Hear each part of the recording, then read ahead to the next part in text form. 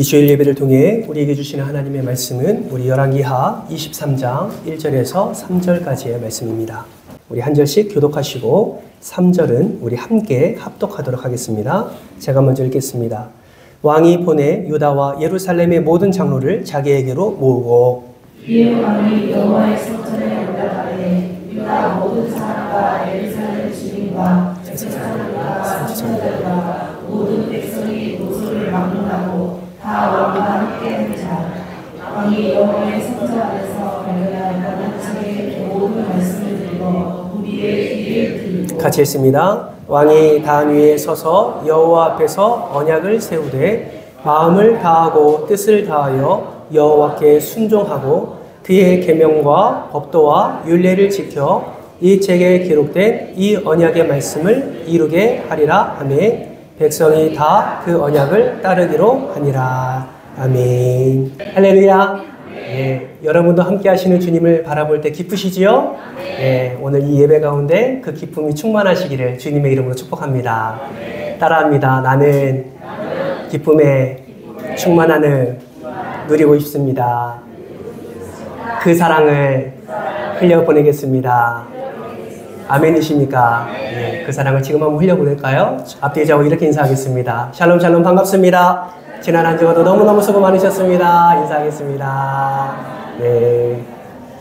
오늘 설교는 퀴즈로 시작하려고 합니다. 제가 단어 하나를 말씀드릴 때 여러분 그 단어를 들으시고 머릿속에 가장 첫 번째 무엇이 생각나는지를 한번 체크해 보시기 바랍니다. 여러분 과일 하면 여러분 속에 무엇이 생각나십니까? 아, 사과 좋아하시는군요. 그렇죠? 좋습니다. 돼지 하면 뭐가 생각나시나요? 예, 삼겹살 생각나시죠? 예, 삼겹살 좋아하실 겁니다. 친구 하면 누가 생각나나요? 예, 여러분이 가장 좋아하는 그 친구를 가장 먼저 생각할 것입니다. 우리가 어떤 단어를 생각할 때에 항상 그 단어에 가장 좋아하는 것 또는 가장 좋아하는 사람 또 가장 내가 관심 있는 것을 떠오르기 마련입니다. 그래서 너 친구 3명 누구야? 한번 이야기해봐 라고 말했을 때 가장 첫 번째 말하는 친구가 가장 친한 친구이지요. 그것이 사람입니다. 한 번 더 질문해 볼게요. 이것은 여러분 생각나는 대로 잘 한번 정리해 보시기 바랍니다. 사랑 하면 어떤 게 생각나시나요? 교회의 정답은 항상 정해져 있죠. 하나님, 예수님, 말씀 이게 딱 정답이 새겨져 있는데 여러분 그거 말고 사랑하면 여러분 생각나는 거 있으십니까? 어떤 것이 생각나십니까? 네, 세 개 빼라니까 성령 말씀하시는데 대단하십니다. 네. 우리는 이성 친구를 생각할 때도 있고요. 사랑하는 아내를 생각할 수도 있고 남편을 생각할 수도 있습니다. 부모님을 생각할 수 있고 어쩌면 어떤 분은 자기 자녀를 먼저 생각하실 수도 있습니다. 어떤 분은 가치를 생각할 수도 있고 어떤 분은 행위적인 부분을 생각할 수도 있습니다. 우리가 앞서 말씀드린 대로 우리 사랑하는 성도님들 가운데 예수님, 하나님을 생각하신 분들이 많을 줄 압니다. 저는 예수님을 생각했어요. 손 한번 들어보실까요? 좋습니다. 저는 하나님 생각했어요. 손 들어보실까요? 손 들면 안 때릴게요. 손 한번 들어보세요. 예, 너무 귀한 분들이세요. 너무 귀한 분들입니다. 우리가 왜 사랑이라는 단어를 생각할 때 예수님, 하나님이라는 단어를 생각하게 될까요? 저는 그렇게 생각합니다. 이 세상에 어떤 사랑과도 비교할 수 없는 사랑이 우리 주님의 사랑이기 때문에 그렇지요. 그렇게 말씀하신 분들 또 말씀하지 않으셔도 마음에 품고 있는 그 예수 그리스도 이미 그 사랑이 우리에게 임했기 때문에 우리가 사랑이라는 단어를 말할 때 우리는 예수를 말하고 우리는 하나님을 우리는 고백할 수 있는 것입니다. 그렇지 않다 해도 괜찮습니다. 그러한 고백이 없었다 할지라도 앞으로 여러분의 삶 가운데 하나님의 온전한 사랑을 충만히 누리시는 여러분 되시기를 주님의 이름으로 축복합니다. 그런데 이 사랑을 생각할 때에 우리는 점검해 봐야 될 게 있어요. 사랑하죠. 우리 하나님 사랑합니다. 그러니까 이 자리에 있는 거잖아요. 예수님 사랑하니까 우리 예배 드리는 겁니다. 이 시간에 할 것이 얼마나 많습니까? 지금 이 시간에 세상에 나아가서 나의 말초신경을 자극하는 그 수많은 것들을 우리는 할 수 있습니다. 즐길 수 있고요. 즐길 것이 없다면 쉬기라도 할 수 있습니다. 그런데 우리가 이 자리에 나온 것은 우리가 하나님을 사랑하기 때문인 줄 믿습니다. 여러분 하나님 사랑하십니까? 진짜 사랑하세요? 정말 사랑하세요? 예, 3번 했는데도 아멘 안 하시는 분이 계셔서 여러분 지금 정말 사랑하십니까? 예, 사랑하시기를 주님의 이름으로 축복합니다. 그런데 우리가 그 사랑이 몇 번째 사랑인지는 한번 체크해 볼 필요가 있습니다. 우리 안에 사랑이 많지요. 많은 것을 사랑하는데 여러분 안에 사랑하는 것 중에 하나님은 도대체 몇 번째 사랑이십니까? 오늘 이 말씀을 통해 여러분이 이것을 한번 체크해 보셨으면 좋겠어요. 질문을 바꿔볼까요? 하나님은 여러분이 몇 번째 사랑일까요? 하나님이 우리를 사랑하시는데 하나님은 여러분이 몇 번째 사랑일까요? 예, 어떻게 그렇게 확신 있게 말씀할 수 있습니까? 가장 귀한 것을 우리에게 보내주셨기 때문입니다. 가장 귀한 것이 무엇입니까? 예수 그리스도죠. 사랑하는 사람에게 가장 귀한 것을 줄 수 있는 것, 그 사람이 1순위이기 때문에 그 사랑을 나타내는 것입니다. 그렇다면 여러분은 하나님이 여러분에게 몇 순위이십니까? 저에게는 자녀 셋이 있습니다. 지금 눈에 넣어도 조금은 아프겠지만 너무 사랑스러운 아들들, 딸이 있습니다. 3, 4년 전의 일이에요. 부교육자 사역을 마치고 집에 들어올 때 항상 늦은 시간에 들어갔기 때문에 아이들이 항상 기다렸습니다. 현관문에 키를 띡 올려서 띡띡띡띡 누르잖아요. 그러면 집 안에서 쿵쾅쿵쾅쿵쾅 하는 소리가 들립니다. 어떤 소리일까요? 예, 아빠 오는 줄 알고 뛰어오는 거예요. 그러면 제가 문을 천천히 엽니다. 그러면 그 여는 속도에 맞춰서 큰아들, 작은아들, 막내딸 이렇게 서 있습니다. 문을 딱 열면 아버지 어서 오세요. 다녀오셨어요? 라고 인사를 하지요. 그 모습이 너무나 사랑스럽습니다. 그러면 신발을 벗고 들어가서 그 사랑하는 자녀를 끌어안아주고 한 명씩 뽀뽀도 해줍니다. 한 번은 이런 일이 있었어요. 여전히 띡띡띡 누르는데 쿵쾅쿵쾅 거리는 소리가 들립니다. 그래서 문을 천천히 열고선 그들과 동일하게 또 안아주고 뽀뽀해 주었습니다. 근데 갑자기 뭔가 좀 섬뜩한 느낌이 들더라고요. 알고 보니까 아내가 옆에서 팔짱을 끼고 이렇게 쳐다보고 있었습니다. 눈을 마주쳤습니다. 아들을 사랑하고 눈을 마주쳤는데 아내가 단 한마디만 하더라고요. 뭐라고 말했을까요? 나는 그러는 거예요. 무슨 의미입니까? 자기도 해달라는 거지요. 여러분 그러면서 한마디를 더 붙입니다. 여보, 내가 영순이야. 이렇게 말합니다. 무슨 의미예요? 1순위도 아닙니다. 자기가 영순이래요. 자기가 1번이라는 거지요. 나에게, 그러니까 남편에게 자기가 첫 번째가 되고 싶어 하는 마음을 그렇게 고백을 하는 겁니다. 여러분, 이것이 우리 아내의 마음이겠습니까? 하나님의 마음도 이와 같지 않나 저는 생각을 해보게 됩니다. 하나님도 우리에게 있어서 영순이의 사랑을 지금 기다리고 계시는지도 모릅니다. 그거 아세요? 시간이 지나서 지금 집에 들어갈 때 띡띡띡 누르면 애들이 쿵쾅쿵쾅 거릴까요? 안 거릴까요? 그러지 않아요. 지금은 천천히 문 열어도 아무런 움직임이 없습니다. 들어가면 아이들이 한번 쳐다보고 인사를 해요. 아버지가 싫어서 그런 건가요? 그렇지 않아요. 아버지 좋아하죠. 그러나 지금 하고 있는 일이 더 기쁨이 있고 지금 자기가 하고 있는 일이 1순위가 되기 때문에 아버지가 들어와서 인사하는 거 당연한 거 알지만 그것을 놓치지 못하고 있는 것입니다. 저는 우리가 지금 그러고 있지 않나라는 생각을 해보게 됩니다. 예전에는 그 사랑이 너무나 좋아서 예수 그리스도 이름만 불러도 우리의 눈에는 눈물이 있었고 우리의 마음에는 뜨거움이 있었죠. 그런데 시간이 지나면서 어느덧 하나님 아버지의 그 사랑이 0순위가 아니라 1순위가 아니라 2순위, 3순위로 밀리더니 이제는 10순위 밖으로 밀려나고 있지는 않나 생각을 해보게 됩니다. 여러분, 우리의 입술의 고백은 항상 있습니다. 그러나 우리의 행함을 여러분 점검해 보십시오. 우리의 행함 가운데 정말 진실함이 있는지, 하나님을 사랑하는 그 사랑이 우리의 삶 속에 나타나고 있는지를 여러분 체크해 보시기를 바랍니다. 정말 바라고 소망하기는 오늘 예배 이후부터 하나님을 사랑하는 그 사랑이 영순위가 되시기를 주님의 이름으로 축복합니다. 여러분 오늘 본문 말씀에 이러한 하나님을 뜨겁게 사랑하는 한 인물이 등장합니다. 그 인물이 누구냐면 바로 요시야 왕입니다. 여러분 요시야는요 8살에 왕이 되었습니다. 8살의 왕이 되어서 요시아가 좋았을까요? 안 좋았을까요? 저는 말씀을 묵상하고 연구하면서 참 힘들었겠다라는 생각을 해보게 되었습니다. 왜냐하면 8살의 왕이 되었다는 것은 정상적인 것이 아니죠. 그렇죠? 8살의 왕이 되었다는 것은 무언가 사건이 있었기 때문에 그 어린 나이에 왕이 되었다는 것을 의미합니다.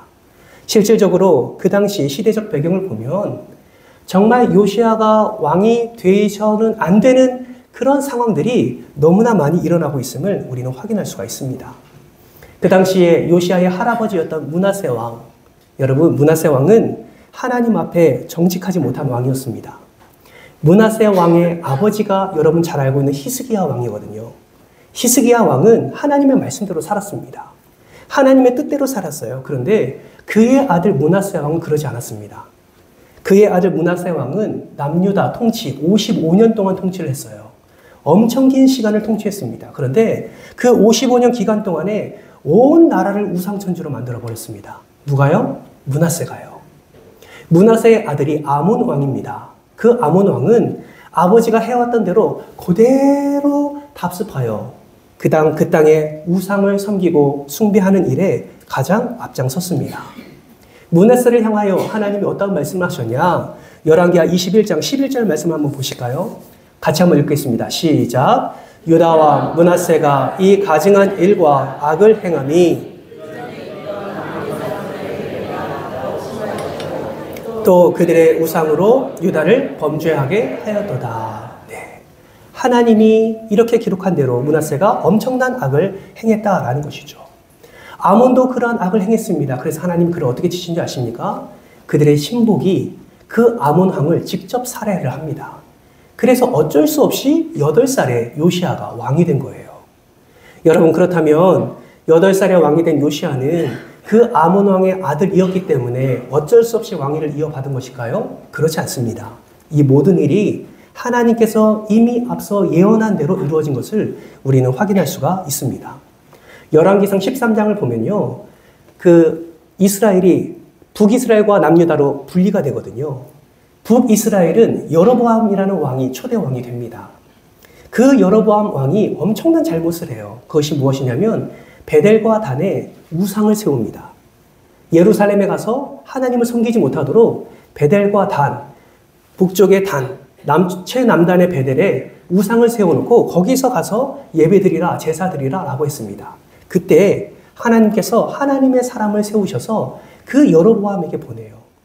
베델의 제단에서 하나님의 사람이 그 여로보암이 우상 숭배하는 것을 보면서 이렇게 이야기를 합니다. 열왕기상 13장 2절 말씀인데요. 이렇게 말씀합니다. 하나님의 사람이 제단을 향하여 여호와의 말씀으로 외쳐 이르되, 같이 읽을까요? 시작. 제단아 제단아 여호와께서 이와 같이 말씀하시기를 다윗의 집에 요시아라 이름하는 아들을 낳으리니 그가 내 위에 분향하는 산당 제사장을 내 위에서 제물로 바칠 것이요 또 사람의 뼈를 내 위에서 사르리라 하셨느니라 하고. 아멘. 여러분 이 말씀이 8살 요시아가 왕이 되기 전 300년 전에 예언된 말씀입니다. 무슨 말입니까? 요시아는요 그저 왕의 아들이니까 어쩔 수 없이 그 자리에 선 것이 아니라 하나님의 약속대로 하나님의 예언대로 하나님이 기뻐하심으로 세운 자가 바로 요시아 왕이다라는 것이죠. 그러한 목적대로 세운 그 요시아가 하나님이 기뻐하시는 일을 행하는 것입니다. 하나님 앞에서 정직하게 요시아는 행하는 것을 보게 됩니다. 하나님의 뜻대로 행하고 하나님의 나라를 위하여서 하나님의 만족을 위하여서 그는 모든 통치를 행하게 됩니다. 하나님의 말씀이 중심이 되었고 하나님의 말씀대로 그는 행했습니다. 그래서 여러분 성경은 요시아 왕을 향해 무엇이라고 말하는지 아십니까? 그가 다윗의 길로 행했다라고 말씀을 하는 것을 보게 됩니다. 그러면 어떤 것으로 하나님을 기쁘시게 했을까요? 제가 간단하게 정리했는데요. 우리 화면 한번 볼까요? 첫 번째는 바알과 아세라와 하늘의 일월 성신을 섬기던 그 모든 그릇들을 담아서 어디에 불살랐어요? 기드론 밭에 불살랐습니다. 예. 두 번째는요. 산당들에게 제사하던 그 제사장들, 바알과 그리고 1월 성신에게 분향하던 자들을 다 제거해 버립니다. 세 번째는 여호와의 성전 안에 있는 아세라 목상을 불사르고요. 네 번째는 여호와의 전 안에 있는 남창의 집을 헐어버립니다. 다섯 번째는 도벳을 더럽게 해요. 이곳은 불타는 곳이라는 뜻을 가지고 있는데 흰놈의 아들 골짜기에 쓰레기를 태우는 곳이었는데 언제부턴가 그곳에서 몰렉이라는 우상에게 인신제사를 드리는 곳이 되었습니다.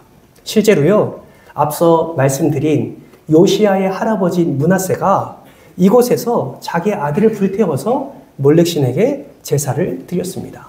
그것을 다 더럽게 해버렸다라는 것이죠. 여섯 번째는 태양 수레를 불살랐고요. 일곱 번째는 성전 마당에 세운 제단을 헐어버립니다. 여덟 번째는 시돈의 아스타로, 모압의 금오스, 암몬의 밀곰, 석상, 아세라, 목상 다 파괴하고 그곳에 사람의 해골로 채우는 행위를 했습니다. 아홉 번째는 산당의 제사장들을 다 단 위에서 죽여버리는 일을 행하는 것을 요시야가 행했습니다. 어떻게 이렇게 많은 일을 행했습니까?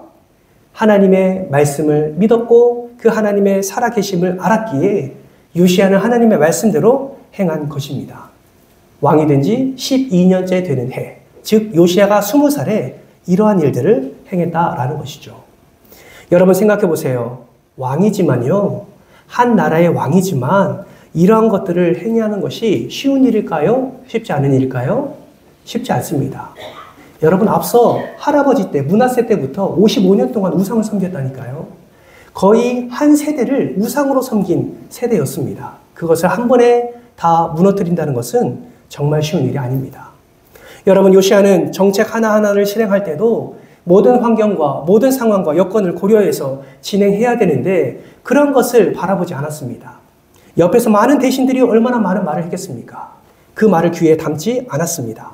환경에 주목하지 않습니다. 상황과 문제에 집중하지 않습니다. 오직 집중하는 것은 하나님의 말씀에만 요시야는 집중했다라는 것이죠. 그래서 그의 삶 가운데 하나님의 말씀의 능력이 나타나는 것을 확인할 수가 있는 것입니다. 사랑하는 성도 여러분, 이러한 요시야의 행적 너무 대단하지 않습니까? 오늘날 앞서 장로님이 기도해 주신 것처럼 너무나 혼란 가운데 있습니다. 너무나 혼돈 가운데 있지요. 만약에 오늘날 한 나라의 대통령이 이러한 일을 행한다고 해보십시오. 여러분 할 수 있을까요? 쉽지 않는 일입니다. 그런데 놀라운 것은 요시야에게 허락해 주신 이 하나님의 놀라운 능력이 오늘 예수를 믿는 저와 여러분에게도 그러한 능력을 허락해 주셨다라는 것이죠. 마가복음 3장 14절과 15절 말씀 같이 한번 읽겠습니다. 시작! 이에 12를 세우셨으니 이는 자기와 함께 있게 하시고 또 보내사 전도도 하며 귀신을 내쫓는 권능도 가지게 하려 하심이로라. 아멘. 여러분 하나님이 저와 여러분에게 복음의 능력과 우상을 내쫓는 능력을 허락해 주심을 여러분 믿으십니까? 여러분 믿으십시오. 우리도 행할 수 있는 일입니다.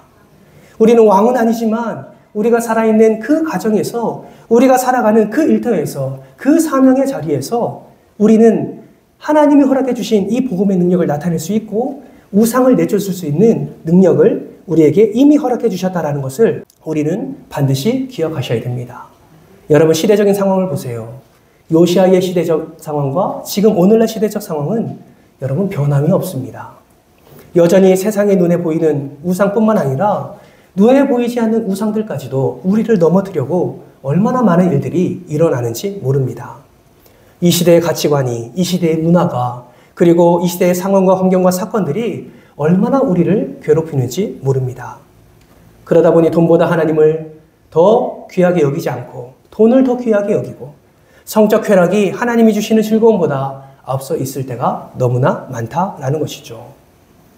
그럴 때마다 여러분 우리가 기억해야 될 것은 무엇입니까? 이미 주님께서는 우리에게 복음의 능력을, 이미 주님께서는 우리에게 우상을 내쫓을 수 있는 이러한 능력을 허락해 주셨다는 사실을 반드시 기억하시길 주님의 이름으로 축복합니다. 그래서 여러분의 인생 가운데 하나님이 이렇게 여러분의 인생을 바라보며 고백했으면 좋겠어요. 요시야를 바라보면서 그 정직하게 행한 요시야의 삶을 바라보면서 다윗의 길로 행한 요시야를 칭찬했던 것처럼 저와 여러분의 삶을 통해서도 한 사람 한 사람의 성도님들의 삶을 보시면서 다윗의 길로 행하여 칭찬받는 그런 여러분 되시기를 주님의 이름으로 축복합니다. 여러분 그러면 어떻게 하면 우리는 하나님을 사랑하는 그 사랑이 영순위가 되고 어떻게 하면 요시야처럼 이러한 하나님의 사랑을 우리의 삶 가운데서 나타낼 수 있을까요? 여러분 한번 따라해 봅시다. 말씀을 붙들어야 합니다.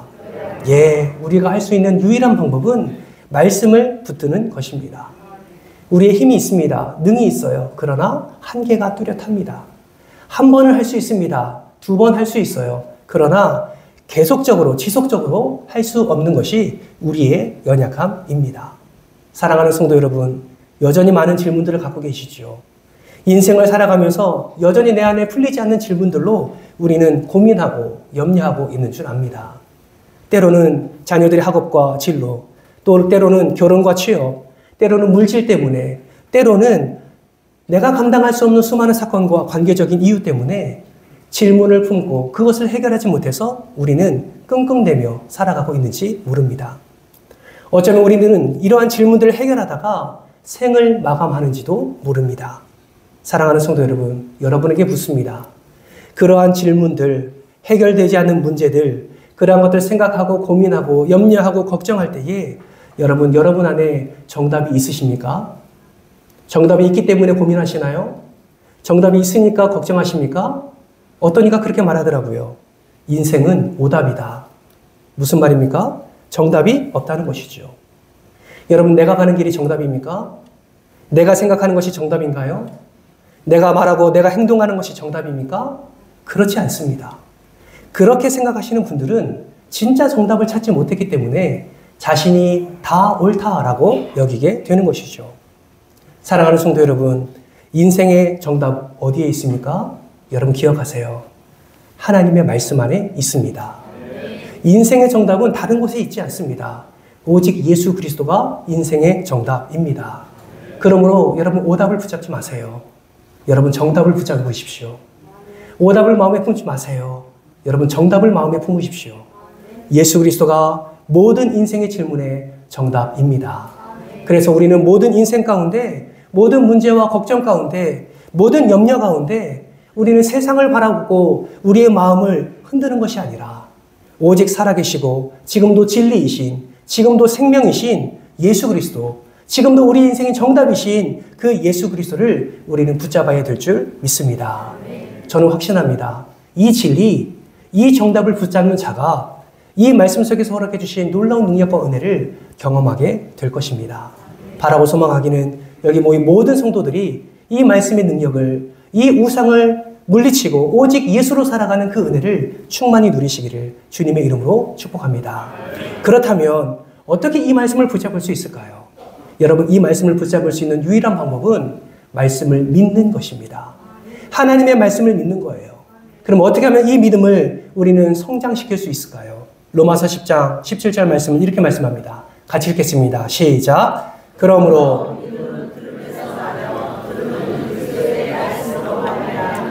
아멘. 믿음은 들음에서 난대요. 여러분, 하나님의 말씀을 들으면 들을수록 우리의 믿음은 점점 커지게 될 줄 믿습니다. 여러분, 지금 무엇을 듣고 계십니까? 세상 가운데서 여러분 무엇을 듣고 계세요? 여러분이 듣는 그것이 여러분이 나아갈 방향과 여러분의 생각을 좌지우지할 것입니다. 여러분, 세상 가운데 무엇을 듣기보다 하나님의 말씀을 들으시기를 주님의 이름으로 축복합니다. 거기서 믿음이 생겨나는 거예요. 다른 것에서 믿음이 아니라 그 하나님의 말씀을 들을 때 이것이 진짜인지 가짜인지, 이것이 진리인지 진리가 아닌지, 이것이 정답인지 오답인지를 분명히 깨달을 수 있게 된다라는 것입니다. 여러분, 마음에 어려움이 있으십니까? 정답을 찾으세요. 여러분의 마음에 힘듦이 있습니까? 정답을 찾으세요. 여러분의 마음 가운데 어려움과 삶의 어려움이 있습니까?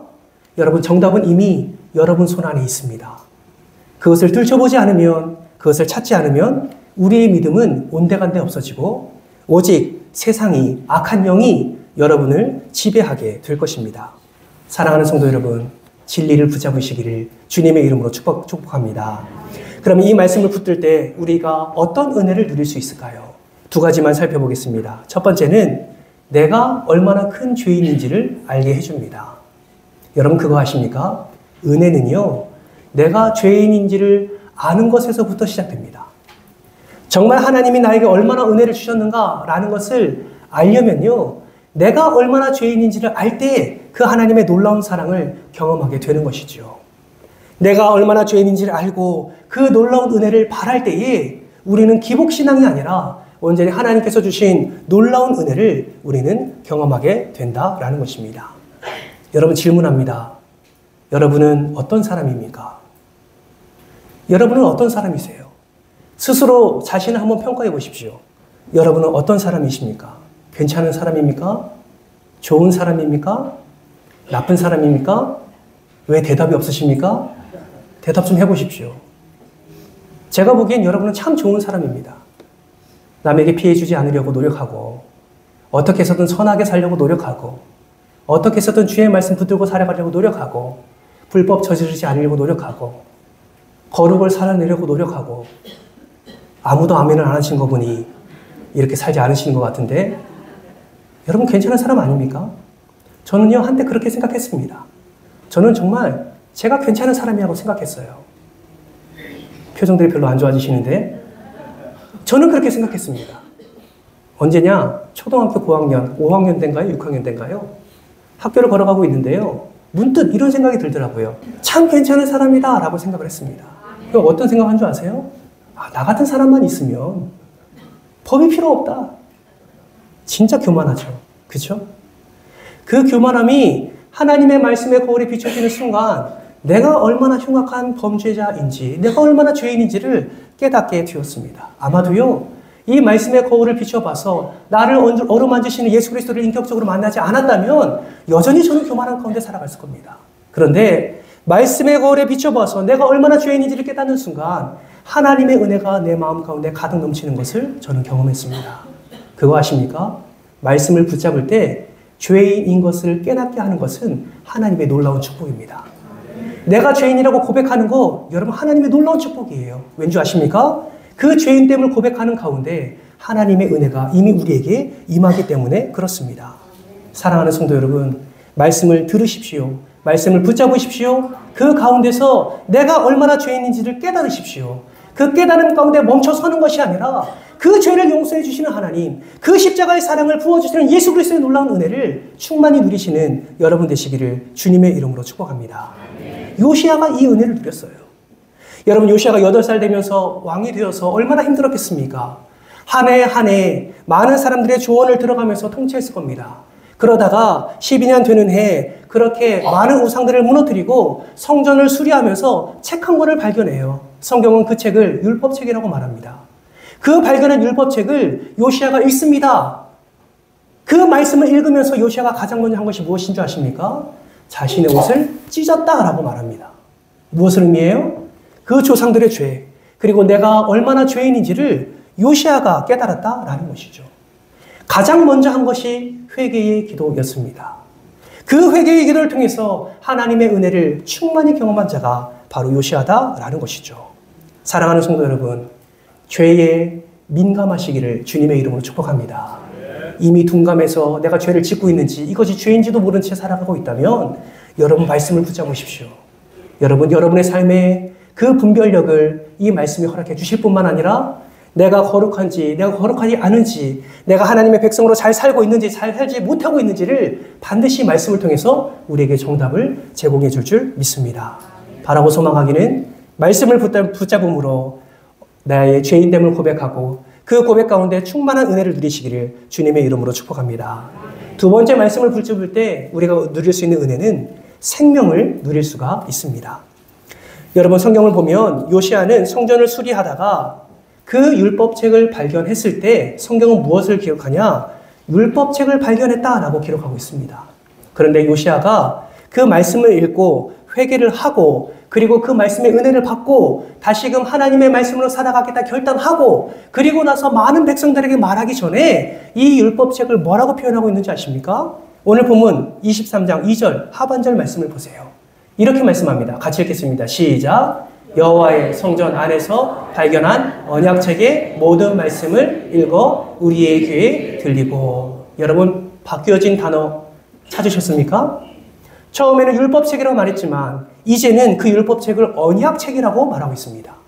언약은 무엇을 의미합니까? 생명을 의미하는 거예요. 요시야는 알았던 겁니다. 이 말씀이 우리의 생명됨을 알았던 거예요. 이 말씀이 우리에게 생명을 허락해 주시는 하나님의 말씀이라는 것을 알았던 것입니다. 이 언약을 지킬 때 생명을 누릴 수 있음을 요시아는 깨달았던 것이죠. 그래서 율법책이 아니라 이 책을 언약책이라고 부르는 것입니다. 그래서 언약의 말씀을 붙들고 누구를 부릅니까? 오늘 보면 1절과 2절 말씀을 보세요. 장로들을 부릅니다. 모든 유다 백성들을 부릅니다. 예루살렘의 주민을 부릅니다. 제사장 부릅니다. 선지자 부릅니다. 모든 백성 모서를 막론하고 다 부릅니다. 그리고 그 앞에서 무엇을 합니까? 이 언약책에 기록된 하나님의 말씀을 선포하는 거예요. 그리고 그 자리에서 하나님과 새롭게 언약을 세웁니다. 놀라운 것은요, 모든 백성들이 그 하나님의 말씀을 듣고 함께 주님 앞에 서기를 기뻐합니다. 그리고 놀랍게도 그 이후에 그 모든 백성들과 함께 지금까지 지켜지지 않았던 유월절까지 지키며 하나님 앞에 겸손히 엎드리게 됩니다. 사랑하는 성도 여러분, 하나님의 말씀은 생명입니다. 말씀을 붙잡을 때 그 생명이 우리의 삶 가운데 들어와 우리의 삶에 죽어가는 모든 것들을 다시 살리는 놀라운 역사를 일으키는 것이 하나님의 말씀임을 믿으시기를 주님의 이름으로 축복합니다. 생명이 여기 있는데 어디에 손을 내밀고 계십니까? 생명이 여기 있는데 어디에 마음을 빼앗기고 계십니까? 사랑하는 성도 여러분, 이 언약책이 여러분의 생명책이 되시기를 주님의 이름으로 축복합니다. 이 말씀을 붙들고 살아가는 것이 우리에게 은혜다라는 것입니다. 여러분, 여호와께 순종하고 라는 말씀이 오늘 본문 말씀에 있는데 이 말씀은요, 히브리어로 걷다라는 뜻에서 파생된 그런 단어입니다. 따르다, 쫓다라는 의미가 있지요. 원문에 보면 오늘 본문 말씀에 나와 있지 않는 단어가 포함되어 있습니다. 그것이 무엇이냐면 뭐뭐 뒤에 라는 전치사가 원문에는 포함되어 있습니다. 그래서 여호와께 순종하고 라는 이 말은 여호와의 뒤를 따르다 라는 의미로 직역할 수가 있는 것이죠. 사랑하는 성도 여러분, 우리는 여호와의 뒤를 따라가는 사람들입니다. 아멘이십니까? 여호와의 뒤를 따라가는 거예요. 어떻게 따라가실래요? 말씀을 붙들고 따라가야죠. 말씀이 여호와를 말씀하시는 계시의 말씀인데 어찌 이 말씀을 내려놓고 우리가 여호와의 뒤를 따라가겠다고 결단할 수 있겠습니까? 사랑하는 성도 여러분, 요시아는 이 말씀을 붙들었습니다. 그리고 생명을 누렸습니다. 아마 우리가 경험하는 삶보다 그 왕으로서의, 그 리더자로서의, 그 통치자로서의 고민과 걱정과 염려는 훨씬 많았을 겁니다. 그러나 요시아는 끝까지 하나님의 말씀을 붙들었습니다. 사랑하는 성도 여러분, 끝까지 어떤 상황이라 할지라도 하나님의 말씀이 1순위가 되시기를 주님의 이름으로 축원합니다. 말씀을 맺겠습니다. 사랑하는 성도 여러분, 진정한 사랑의 첫걸음이 무엇인지 아십니까? 진정한 사랑의 첫걸음은 나를 비우는 거예요. 그리고 내 비워진 곳에 사랑하는 그를 가득 채우는 것입니다. 그것이 진정한 사랑이지요. 내 것을 먼저 찾고 내 것을 먼저 욕심내면 그것은 사랑이라 말할 수 없습니다. 하나님이 여러분을 사랑하셔서 하나님의 모든 것을 우리에게 허락해 주셨고 우리의 모든 것을 하나님이 사랑으로 받으셨습니다. 여러분, 이제 우리 차례입니다. 이번 한 주간에 살아가는 동안에 하나님이 우리를 영순위로 사랑하신 것처럼 우리도 하나님을 영순위로 사랑하기를 발버둥치는 저와 여러분 되시기를 주님의 이름으로 축복합니다. 여러분의 죄된 모든 것을 비워내십시오. 그 비워냄 가운데 여러분 생명의 말씀을 채워 넣으십시오. 이번 한 주간 동안 말씀을 붙들고 살 때에 하나님께서 때를 따라 돕는 은혜로 여러분의 삶을 친히 이끄실 줄 믿습니다. 살아나고 회복되고 치유되는 놀라운 은혜가 이 생명의 말씀을 통해서 공급되어지는 복된 한 주 되시기를 주님의 이름으로 축원합니다. 이 시간 다 같이 기도할까요?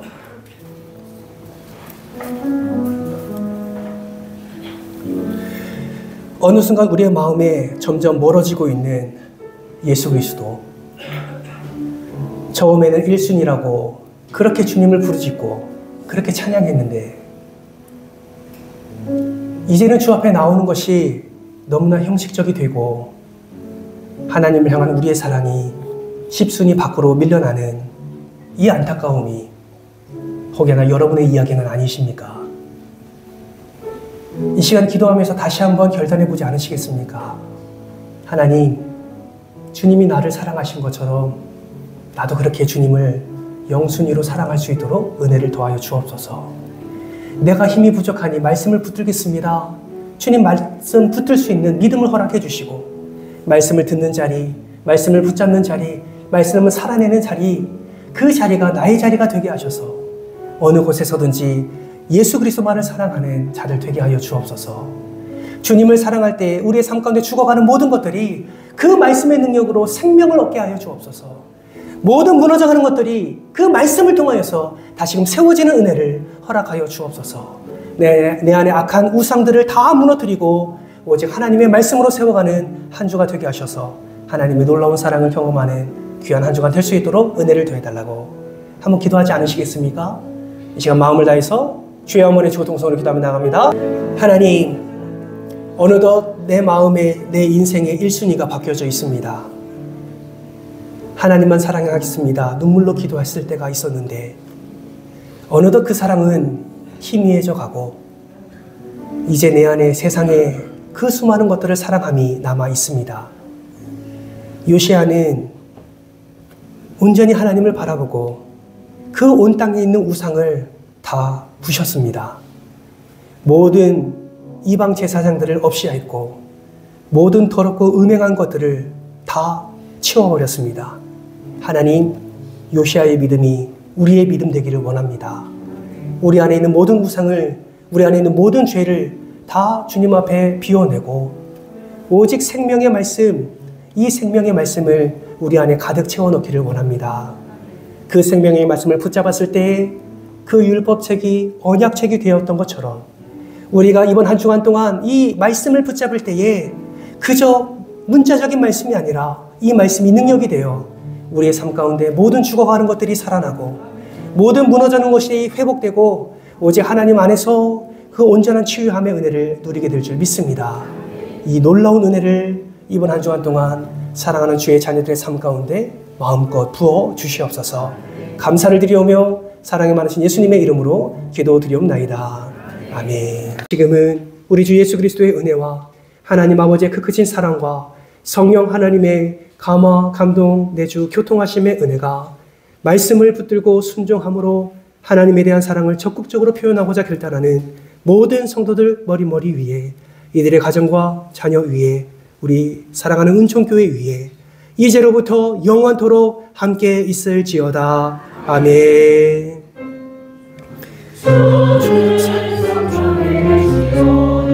한껏 주옵하여 주옵소서. 주의 마음을 주옵하여 주옵소서. 주의 섬기여 주옵소서. 굳게 서리 영원하신 말씀 위에 굳게 서리 굳게 서리 그 말씀 위에 굳게 서리라.